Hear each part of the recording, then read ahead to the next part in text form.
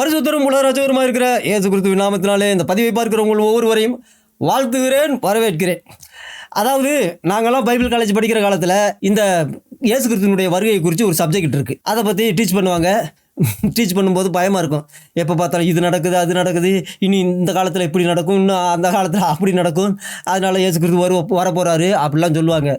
இதெல்லாம் கேட்கும் பொழுது எங்களுக்கு பயங்கர கோபம் தான் வரும். ஏன்னு கேட்டால் சும்மா இருங்கய்யா, ஏன்னு கேட்டால் இன்னும் கல்யாணம் பண்ணலை, புள்ள குட்டி பார்க்கலை, நாலு உலகம் எவ்வளோ பெருசு, அதை ஒரு 4 நாடுகளுக்கு போயிட்டு சுற்றிட்டு வருகிற எந்த ஒரு அனுபவமே இல்லை. அப்படி இல்லாட்டியும் அட்லீஸ்ட் ஒரு ஊழியம் செய்கிற ஒரு அனுபவம் கூட இல்லை. அதுக்குள்ளே இயேசுநாதர் வர போகிறாரு, இயேசுநாதர் வர போகிறான்னு பயமுறுத்திக்கிட்டு இருக்கீங்க. பேசாமல் வாயை வச்சுட்டு சும்மா இருங்கய்யா அப்படின்னு நாங்கள் சொல்லுவோம். ஆனால் கடைசியில் இப்போ ஐயா சாமி எப்போ வரப்போகிறாரு, சீக்கிரம் வர சொல்லுங்க அப்படிங்கிற மாதிரி கதற வேண்டிய ஒரு நிலைமைக்கு தள்ளப்பட்டுட்டோம். ஏன்னு கேட்டால் உலகத்தில் நடக்கிற சம்பவங்களை பார்க்கும் பொழுது அந்த அளவுக்கு மனசு ரொம்ப கஷ்டமாக இருக்குது. அப்படி என்னதாயா நடந்துச்சு அப்படின்னு கேட்டிங்கன்னா அப்படி இல்லைங்க, என்னதான் நடக்கலை அப்படின்னு தான் கேட்கணும். அதான் நியாயம். ஏன்னு கேட்டால் இந்த உலகத்தில் மனுஷனுடைய கற்பனைகளுக்கு இப்படியெல்லாம் நடக்குமா, இப்படியெல்லாம் மனுஷன் செய்வானா அப்படின்னு நம்ப முடியாத விஷயங்கள் தான் இந்த உலகத்தில் நடந்துக்கிட்டு இருக்கு. அதனால கண்ணில் பட்ட ஒரு சில விஷயங்களை இந்த வீடியோ பதிவில் நம்ம பார்க்க போகிறோம். மனசு சங்கடமாக தான் இருக்குது, இருந்தாலும் மனசை கடினப்படுத்திட்டு பாருங்கள். இந்த வீடியோ பதிவை பார்க்கும்பொழுது சங்கடப்பட்டீங்க அப்படின்னா அதுக்கு கம்பெனி பொறுப்பு இல்லை.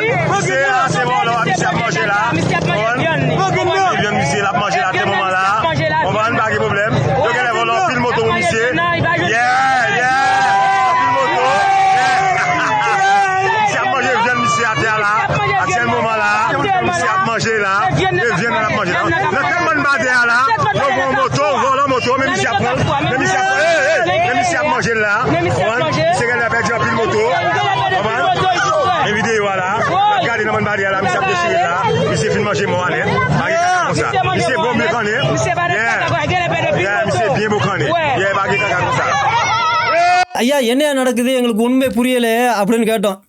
அப்போ தான் சொல்கிறாங்க, ஐயா இவங்க ரொம்ப எவ்வளோ கஷ்டப்படுறாங்கன்னு பாருங்கள், வாழை மட்டையை கூட சுட்டு சாப்பிட்றாங்க. யார் அப்படின்னா இவங்க தான் 7ஆம் நூற்றாண்டு சித்தாந்தவாதிகள் அப்படின்னு சொன்னாங்க. எதுக்கியா 7ஆம் நூற்றாண்டு சித்தாந்தவாதிகளுக்கு அந்த மாதிரியான நிலைமை ஆயிடுச்சா? வாழை மட்டையை சுட்டு சாப்பிட்றாங்களே, ஆனால் பார்த்தா வாழை மட்டை மாதிரி தெரியலையே அப்படின்னு சொன்னோம். இல்லைங்க, நாங்கள் இந்த கிறிஸ்தவர்களை அப்படி தாங்க சொல்லுவோம். வாழை மட்டைன்னு சொல்லுவோம், வாழை செடின்னு சொல்லுவோம், வாழை மரம்னு சொல்லுவோம். அப்போ பசி எடுத்தால் அதை அப்படியே சுட்டு நாங்கள் சாப்பிடுவோங்க அப்படின்னு இருக்கிறாங்க. என்னையா சொல்கிறீங்க, அதிசயமாக இருக்குது அப்படின்னா, ஆமாங்க, ஏன்னா அவங்க நசராணிகளாச்சே, அவங்க காப்பீர்களாச்சே, அவங்க தான் நரகத்துக்கு போகிறவங்களாச்சே. எங்கள் 7ஆம் நூற்றாண்டு சித்தாந்தத்தை அவங்க ஏற்றுக்கிற மாட்டேங்கிறாங்களே, அதனால தாங்க அவங்கள சுட்டு சாப்பிட்றாங்க. இந்த கலாச்சாரம் எங்கேருந்தியா வந்துச்சு அப்படின்னா, இந்த போட்டோவை காமிக்கிறாங்க. இந்த யசீதி இனத்தை சேர்ந்த பெண்கள் இவங்க மிடில் ஈஸ்டில் தான் அதிகமாக இருக்கிறாங்க. அவங்க இருந்தவங்களையெல்லாம் இந்த 7ஆம் நூற்றாண்டு சித்தாந்தவாதிகள் என்ன செஞ்சுருக்கிறாங்க, தாய்மார்கள் பிள்ளைகளையெல்லாம் கடத்திட்டு போயிருக்காங்க. கடத்திட்டு போய் இந்த 7ஆம் நூற்றாண்டு சித்தாந்தவாதிகள் அந்த தாய்மார்களுக்கு முன்னாடி, அவங்க அம்மாவுக்கு முன்னாடி குழந்தைகளை கொண்டிருக்காங்க. கொண்டுட்டு இந்த பெண்களை என்ன செய்வாங்களாம், வன்புணர்வு செய்வாங்களாம். அதுக்கடுத்து ஒரு 3 நாளைக்கு 4 நாளைக்கு இவங்கள பட்டினி போடுவாங்களாம். பட்டினி போட்ட பிறகு அவங்க குழந்தைகளை கொல்லுவாங்களாம். கொண்டுட்டு குக்கரில் மசாலாவெல்லாம் போட்டு சமைப்பாங்களாம். சமைச்சிட்டு ஒரு பிரியாணி மாதிரி செஞ்சு அவங்கக்கிட்ட கொண்டு வந்து கொடுப்பாங்களாம். அதனால 3 நாள் 4 நாள் சாப்பிடாமல் இருக்கும் பொழுது பசி வெறியில் இருக்கிற அவங்க அதை ஏதோ சிக்கன் கறி, மட்டன் கறி, இல்லை பன்னின்னு கூட நினச்சிக்கிட்டு சாப்பிடுவாங்களாம், வேறு வழி இல்லாமல். சாப்பிட்டு முடித்த பிறகு அவங்க பொறுமையாக சொல்லுவாங்களாம், நீங்கள் சாப்பிட்டது எது தெரியுமா, உன் பிள்ளையத்தான் சாப்பிட்டேன், இந்தா பாரு அப்படின்னு சொல்லி தலையை மட்டும் எடுத்து காமிப்பாங்களாம். உன் பிள்ளையோட உடம்பு நல்லா இருந்துச்சா அப்படின்னு கேட்பாங்களாம். இதை கேட்டதுமே அந்த பெண்கள் அதை தாங்கி கொள்ள முடியாமல் தற்கொலை பண்ணிக்கிடுவாங்களாம். அப்படி இருக்கும் பொழுது அவங்க கதறத கற்பழித்த பிறகு வேதனையில் துடிக்கிறத ஃபோட்டோ எடுத்து வீடியோ எடுத்து அந்த மிடில் ஈஸ்டில் இருக்கிற அந்த அல்லாவின் ஆட்சி நடக்கிற தேசங்களுக்கு அனுப்புவாங்களாம். அனுப்பி அங்கே உள்ளவங்களுக்குலாம் பார்த்தீங்களா அப்படின்னு கேட்டது, என்னையா இந்த மாதிரியான கேவலமான காரியத்தை கொடூரத்தை செஞ்சுருக்காங்க அப்படின்னு கேட்டால், ஐயோ அவங்க தீவிரவாதிங்க, அவங்க ISISங்க, அவங்க அல்கொய்தாங்க, அவங்க முஸ்லீம் பிரதர் கூட்டுங்க, எங்களுக்கு அதுக்கு எந்த சம்மந்தம் இல்லைங்க. 7ஆம் நூற்றாண்டு நாங்கள் 2 பேரும் 7ஆம் நூற்றாண்டு சித்தாந்தவாதிகள் தான். இருந்தாலும் அவங்க செய்கிறதெல்லாம் அதெல்லாம் நாங்கள் ஏற்றுக்கிறது இல்லைங்க. நாங்கள் சாந்தி சமாதான மார்க்கத்தை சேர்ந்தவங்க அப்படின்னு சொல்லிடுவாங்களாம். இதை முதல்ல பார்த்த பிறகு தான் எனக்கு ஒரு கொஞ்சம் ரொம்ப சந்தோஷமாக இருந்துச்சு. என்னன்னு கேட்டால், ரொம்ப நாளாகவே எனக்கு மனசுக்குள்ள ஒரு வேதனை. என்ன அப்படின்னா, என்னையா கடவுள் அப்படிங்கிறாரு, கடவுள் போய் மனுஷனு ஏதோ ஒரு தப்பு செய்கிறான், பாவம் செய்கிறான், அதுக்கு போய் அவனை அதுவும் காலாகாலத்துக்கு யுகத்துக்கு அவனை கடவுள் நரகத்தில் போடுறாரு, இது எந்த விதத்தில் நியாயம் அப்படிங்கிற மாதிரி நான் நினச்சிக்கிட்டு இருந்தேன். ஆனால் இதையெல்லாம் பார்த்த பிறகு கேட்ட பிறகு தான் எனக்கு பயங்கர சந்தோஷம். கடவுள் அப்படின்னா இவங்க செஞ்ச இந்த கொடூரத்துக்கு கடவுள் யுகமாக எத்தனை யுகங்களாக இருந்தாலும் சரி, அதாவது முடிவில்லாத ஒரு நரக தண்டனை தான் இவங்களுக்கெல்லாம் கொடுக்கணும். இவங்களையெல்லாம் எந்த ஒரு காலத்துலையும் எத்தனை யுகங்கள் ஆனாலும் கடவுள் கருணையே காமிக்கக்கூடாது. இவங்க நரகத்தில் எப்பொழுதும் அவர்கள் சதா காலமாய் அவர்களுடைய புகை எழும்பும் அப்படின்னு வேதாகமத்தில் நாங்கள் படிச்சிருப்பாடும். அதை பார்க்கும்பொழுது பயங்கரமாக இருக்கும். என்னையா இது அதிசயமாக இருக்குது, என்னையா கடவுள் ஒரு இப்படிப்பட்ட தண்டனையா மனுஷனுக்கு கொடுக்குறது அப்படின்னு. ஆனால் இதையெல்லாம் பார்க்கும்போது எனக்கு பயங்கர சந்தோஷம் வந்துருச்சு. எனக்கு அப்போதான் அந்த வேதனை அப்படிங்கிற ஒரு கட்டிலிருந்து எனக்கு விடுதலை வந்துச்சு. ஏன்னா ரொம்ப காலமாக எனக்கு கடவுள் நரகத்தை கடவுளார் அன்பானவர் ஆச்சே, அவர் எதுக்கு நரகத்தை படிக்கணும், ஏதோ ஒரு சின்ன தப்பு செஞ்சிடறான், பாவம் செஞ்சிடறான், அதுக்கு போயாயா இந்த மாதிரி யுகமாக மனுஷனை போய் நரகத்தில் போடணும். பிசாசுகளை போடுறாரு, அது ஒரு நியாயம் இருக்குது, அர்த்தம் இருக்குது. ஆனால் இவங்களையெல்லாம் மனுஷங்களை எதுக்கே நரகத்தில். ஆனால் அதுக்கப்புறம் தான் இவங்கெல்லாம் நரகத்தில் காலாகாலமாக வேதனைப்படுறாங்க அப்படிங்கிற ஒரு சந்தோஷமே மிகப்பெரிய ஒரு சந்தோஷம் நமக்கு. இப்பேற்பட்ட கொடூரங்களை செஞ்சவங்க இவங்க சாத்தானை விட கொடூரமானவங்க அப்படின்னு தான் சொல்லணும். பிசாசு கூட கொல்லவும் திருடவும் கொல்லவும் அழிக்கவும் தான் வாரான் அப்படின்னு. ஆனால் இவங்கெல்லாம் எந்த அளவுக்கு எவ்வளோ பெரிய ஆழத்துக்கு போயிருக்காங்க அப்படிங்கிறத மட்டும் பாருங்க. ஆண்களையெல்லாம் சுட்டு கொண்டுட்டு பெண்களையும் அவங்க பிள்ளைகளையும் கடத்திட்டு போய் பிள்ளைகளுக்கு முன்னாடி அம்மாவை கற்பழிச்சு, அம்மாவுக்கு முன்னாடி பிள்ளைகளை கற்பழிச்சுட்டு கடைசியில் அவங்கள 3 நாள் 4 நாள் பட்னி போட்டு இந்த பிள்ளைகளை பிடிச்சிட்டு போய் கொன்று வெட்டி சமைச்சு கடைசியில் பிரியாணியாக கொண்டு கொடுத்து சாப்பிட வச்சுட்டு, சாப்பிட்ட பிறகு இவங்க தெரியாமல் சாப்பிட்ட பிறகு இதுதான் நீ உன் பிள்ளைய தான் சாப்பிட்ட, நல்லா இருந்துச்சா அப்படின்னு கேட்டிருக்காங்களே. அப்போ எவ்வளவு பெரிய ஒரு கேவலமான ஜென்மம் இது. இவங்களை எப்படி சொல்கிறது, இவங்களை திட்டுறதுக்கு இவங்களை பேசுகிறதுக்கு எந்த ஒரு வார்த்தையுமே கிடையாதுங்க தமிழில். இந்த பாலஸ்தீனத்தில் உள்ள குழந்தைங்க யூதர்களை நான் வெட்டுவேன், குத்துவேன், கற்பழிப்பேன், அவங்க உடம்பை செதறடிப்பேன், நாறு நாராக பீஸாக கிழிப்பேன் அப்படின்னு சொல்லும் பொழுது இவங்க சின்ன பசங்க இப்படி சொல்கிறாங்க, ஆனால் கண்டிப்பாக செய்ய மாட்டாங்க அப்படின்னு கூட நாங்கள்லாம் நினச்சோம். அதுக்கப்புறம் ஹமாஸ் அம்மாக்களுக்கு முன்னாடி குழந்தைகளை சட்டியில் போட்டு வறுத்தாங்களாம். இதையெல்லாம் கேட்டு இந்த கூமுட்டைகள்கிட்ட சொன்னோம், பாருங்கடா இப்படி கொடூரம் பண்ணுறாங்களாம் அப்படின்னு. டே ஹமாஸ் எங்க உயிரிடா அப்படின்னு சொல்லிக்கிட்டு இருந்தாங்க நம்ம ஊரில் உள்ள கூமுட்டையெல்லாம். அதை சொல்லும் போது கூட டே போடா பொய் சொல்லாதடா, எங்க ஹமாஸ் அப்படி செய்ய மாட்டாங்கடா, அவங்க கடத்திட்டு போவாங்கடா, அவ்வளவுதான்டா அப்படின்னு யோசிச்சு பாருங்க. இவங்களை சும்மா பயங்கரவாதி தீவிரவாதின்னு தான் சொல்லிக்கிட்டு இருக்கோம்.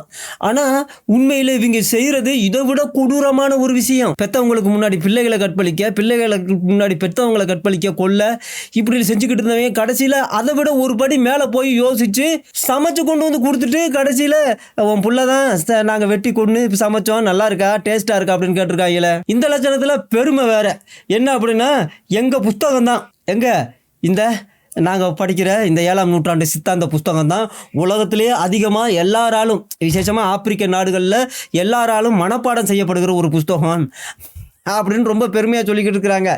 எப்படி மனப்பாடம் பண்ணுறாங்க அப்படிங்கிறத பாருங்க. Omdurman One Quranic School in the Sudan. Boys come here to memorize the Quran. That's a book about the size of the Old Testament, and for around 7 years they learn nothing else. And for those who rebel against the system, the punishments are harsh. For trying to escape, Isa has been sentenced to 30 days in chains. He doesn't want to learn the Quran and would prefer to learn something else. அங்கங்கே மதரசா அப்படின்னு என்னமோ ஒரு school இருக்கான், அதை கட்டி போட்டு பிள்ளைகளை போய் அங்கே வச்சு நைட்டும் பகலும் அவங்கள ஓத வச்சு அதை மனப்பாடம் பண்ண வச்சுக்கிட்டு இருக்காங்க. கையையும் காலையும் கட்டி ஓதலை அப்படின்னா மனப்பை எனக்கு வேணாம் அப்படின்னா, இல்லை தப்பிச்சு போனாலும் கையையும் காலையும் கட்டி அங்கே மனப்பாடம் செய்ய வைக்கிறது.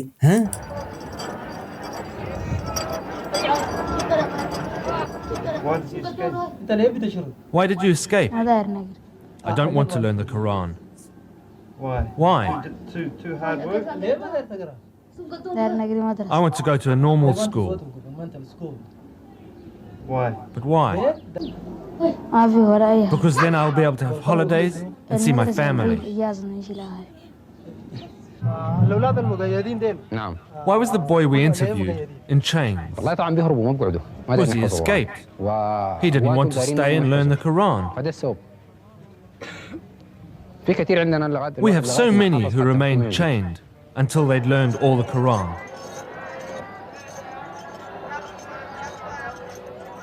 Ali also doesn't want to be here. In fact, many of the boys didn't seem to be very happy. None would speak about how they came to the school, except to say their parents brought them here. Ali is struggling with his studies. He's not mastered Arabic yet and faces the prospect of many more years in chains unless he accepts his task. அதுவும் இவங்க மொழியும் கிடையாது. இவங்க பேச ஆப்பிரிக்க மொழி வேற, அது வந்து அரபி மொழி. தெரியாத மொழியை ஓத வச்சு, தெரியாத மொழியை படிக்க வச்சு, எழுத வச்சுக்கு போராடிக்கிட்டு இருக்காங்க. அவங்க நான் வேறு ஸ்கூலுக்கு போகிறேங்க, நான் இங்கிலீஷ் படிக்க போகிறேன், நான் எங்கள் மொழியை படிக்க போகிறேன், எங்கள் அம்மா அப்பாவை பார்க்கணும், எங்கள் அம்மா அப்பா கூட இருக்கிறதுக்கு தான் ஆசை அப்படின்னாலும் விட மாட்டேங்கிறாங்க. உலகம் முழுவதும் இதுக்கு சப்போர்ட் பண்ணுறாங்க. இப்படி நாங்கள் வந்து ஸ்கூல் நடத்துகிறோம், பிள்ளைகள்லாம் படிக்க வைக்கிறோம் அப்படின்னு சொல்லதும் உலகமும் இருந்து ஃபண்டு போகுது. அவங்க இப்படி தான் பிள்ளைகளை சித்திரவதை பண்ணி படிக்க வைக்கிறாங்க ஆப்பிரிக்க நாடுகளில். சரி, நம்மளை என்ன செய்கிறாருன்னு பார்ப்போம். گفتم با ما کمی ابن دختر خبر برای ما دیگه گفت پول هستم ویا و بیا پول نده. பசங்களை எல்லாம் மதரசாவுக்கு அனுப்பி படிக்க வைக்கிறது, ஓத வைக்கிறது 24 மணி நேரமும். அப்போ குழந்தைகளையெல்லாம், பெண் குழந்தைகளையெல்லாம் இந்த கூட்டிகிட்டு போயிடுவாங்க. இதே வேலையை தான் இவங்க செய்வாங்க. பார்த்தீங்களா, என்ன ஒரு அற்புதமான ஒரு ஜோடி. ஐக்கிய நாடுகள் இதை வந்து தெரியாது அப்படின்னு எப்படி சொல்கிறாங்கன்னு தெரில. எதுக்காக இந்த நாடுகளுக்கு மில்லியன் கணக்கான டாலர்களை, ஆயிரக்கணக்கான டாலர்களை, லட்சக்கணக்கான டாலர்களை எதுக்கு இந்த நாடுக்கு அனுப்புகிறாங்க அப்படிங்கிறதும் புரியலை. ஆனால் இவங்க என்னடா இந்த வேலையை செய்கிறாங்க.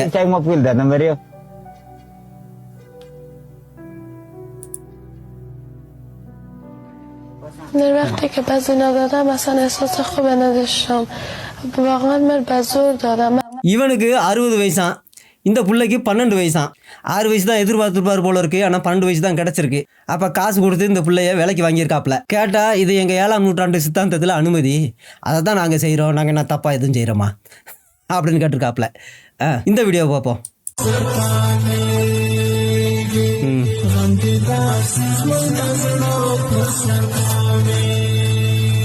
போட்டோக்கெல்லாம் போஸ்ட் கொடுக்குறாங்க. ஆப்கானில் தினமும் டெய்லி 60 ரேப்பு நடக்குதான். இது வந்து போலீஸ் ஸ்டேஷனில் பதிவு செய்யப்பட்டது. பதிவு செய்யப்படாமல் என்னென்ன எத்தனை நூற்றுக்கணக்கில் நடக்குதுன்னு தெரியல. அதனால தான் ஆப்கானிஸ்தானை ரேபிஸ்தான் அப்படின்னு கூப்பிடுறாங்க. இது ஜிம்மு. السلام عليكم ورحمة الله وبركاته. سيتين جايس وكوجيرون يقبلي قروح بنا نقولياش نفتوذ. பிரிட்டனில் இஸ்லாமிய பெண்களுக்காகவே ஜிம்மு அங்கங்கே ஆரம்பிச்சிருக்கிறாங்களாம். ஜிம்மில் உடற்பயிற்சி செய்கிறாங்க. quruxda iyo kalsoonida iyo deganaanta u dooray waaye. nuu soo booqda guys Caatif Fitness hadaa u baahan tahay gabarey inaad iska dareentid qurux iyo kalsooni iyo maskax deganaan. Caatif Fitness ka soo xaadir.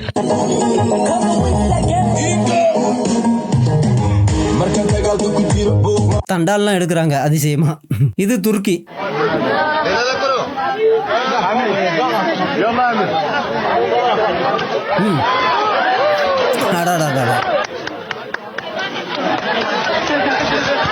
இது வந்து அவங்க ஒரு கலாச்சாரமா என்ன அப்படின்னா, 40 வயசு 50 வயசு ஆளுக வந்து 6 வயசு 10 வயசு குழந்தைகளை கல்யாணம் பண்ணும் பொழுது ஓங்கி ஒரு அறை கொடுப்பாங்களாம், அந்த முக்காடை நீக்கிட்டு.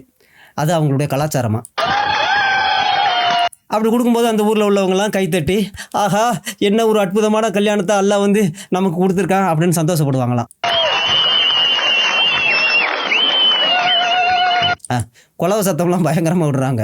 இவரும் துருக்கி நாட்டை சேர்ந்தவர் தான் நினைக்கிறேன். ஒரு பெரிய லீடர்னு சொல்கிறாங்க. இவர் வந்து 8 வயசு குழந்தைய கல்யாணம் பண்ணியிருக்காப்புல. கல்யாணம் பண்ணி அன்னைக்கு நைட்டு ஃபர்ஸ்ட் நைட் நடத்திருக்காப்புல. இந்த 8 வயசு குழந்தைக்கு ப்ளீடிங் ஆகி அன்னைக்கு நைட்டு இறந்து போச்சு. ஆனால் அதை குறித்து இமாம் சொல்லும் பொழுது அல்லாஹ் உடனே எடுத்துக்கிட்டான், சூனபதிக்கு எடுத்துக்கிட்டான் அந்த குழந்தைய. அதனால பெற்றோர்கள் நீங்கள் கவலைப்படக்கூடாது. கல்யாணம் பண்ணும்போது இவர் வந்து காசு கொடுத்தாரு அவங்களுக்கு அப்படின்னு கேட்டிருக்காங்க. காசு கொடுத்தாருங்க, எல்லா கணக்கில் கொடுத்துருக்குறாருங்க அப்படின்னு சொல்ல. ஆனால் இவர் ரொம்ப முக்கியமான ஒரு எம்பின்னு நினைக்கிறேன். எங்கள் துருக்கியில் ஒரு குழந்தையினுடைய எதிர்காலத்தை கெடுத்து நாசமாக்கி கடைசியில் சூனபதிக்கு தானே எல்லாம் எடுத்துக்கிட்டான், இப்போ என்ன அப்படின்னு கேட்டிருக்காங்க.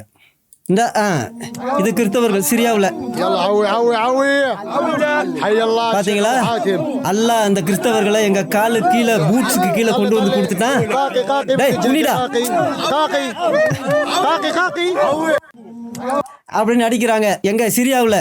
ஆனால் இதே சிரியா நாட்டில் உள்ள இஸ்லாமியர்கள் பிரிட்டனில் போய் ஜிம்மு ஓப்பன் பண்ணியிருக்கிறாங்க. யாருக்கு? இஸ்லாமிய பெண்களுக்காக. அப்போ இஸ்லாமிய நாடுகளில் இருக்கிற கிறிஸ்தவர்கள் எல்லாமே இந்த நிலைமையில் இருக்கிறாங்க. ஆனால் கிறிஸ்தவ நாடுகள் இவங்களுடைய பொண்டாட்டிகளுக்கு ஜிம்மு ஓப்பன் பண்ணி கொடுத்துருக்காங்க. அவங்க எப்பேற்பட்ட ஆட்களாக இருப்பாங்க. அதிசயம்தான். இதை கண்டுட்டு எங்கே பார்த்தாலும் ஒரே அல்லாஹு அக்பர்னு சத்தம். பார்த்தீங்களா, அல்லாஹ் அந்த உலகத்தையே நம்ம கையில் கொடுக்க போகிறான் அப்படின்னு. எங்கே பார்த்தாலும் இந்த வீடியோக்கு தான்.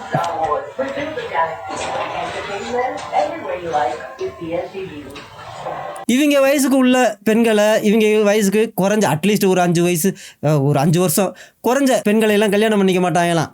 சின்ன பிள்ளைங்க தான் இவங்களுக்கு வேணுமா.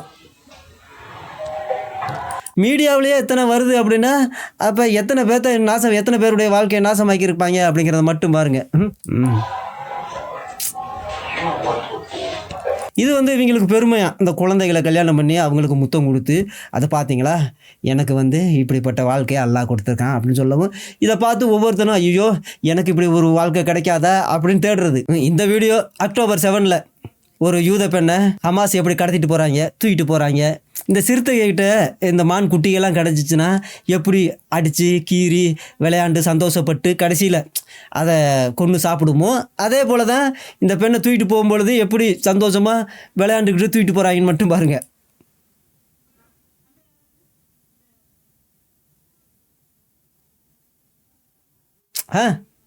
அடித்து எழுப்புறாப்புல எந்திரிடி.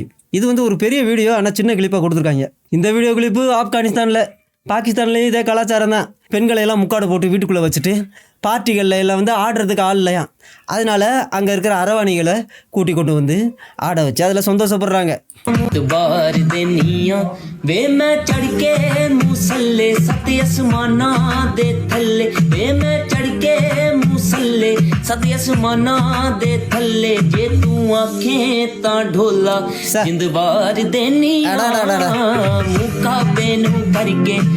இவங்களுக்கு பேர் கண்ணியவான்கள்.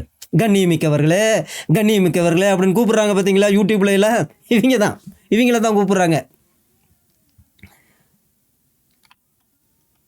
எங்கே பார்த்தாலும் பெண்கள் போகிற இடத்துல எல்லாம் அவங்கள கற்பழித்து கொள்வது தான் இந்த இஸ்லாமியர்களுடைய அந்த 7ஆம் நூற்றாண்டு சித்தாந்தங்களுடைய வேலை. We are calling. Kuji, let's tell ourselves the truth. We are not undermining what the security is doing. We are not undermining what the SAF is doing. But it appears this thing has overpowered them. The management of internal security has overpowered them.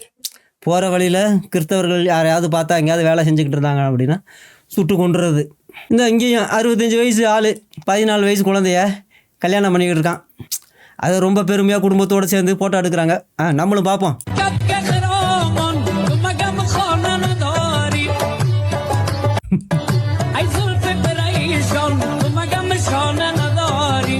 பதினாலு வயசு 9வது படிக்கிற பிள்ளை தானே கல்யாணம் பண்ணது. இது தப்பா இல்லையா?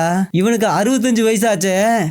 நாளைக்கோ இன்னைக்கோ இருக்கானே, நாளைக்கே இவன் சூனவதிக்கு போயிட்டா இந்த பொண்ணு அனாதை ஆயிருமே. அதுக்கப்புறம் இவர் பையன் வச்சுக்கு வரான். அதிசயம்தான்.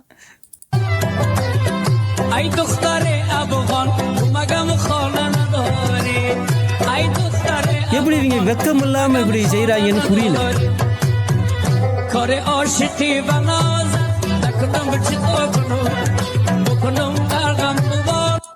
கட்டிக்கிறவனுடைய குடும்பத்துக்கு வெக்கம் இல்லை, கட்டி கொடுக்குற குடும்பத்துக்கு வெக்கம் இல்லை. இந்த குழந்தை கையில் கத்தியை கொடுத்துட்டாங்க. இந்த குழந்தை என்ன சொல்லுதுன்னு பார்ப்போம்.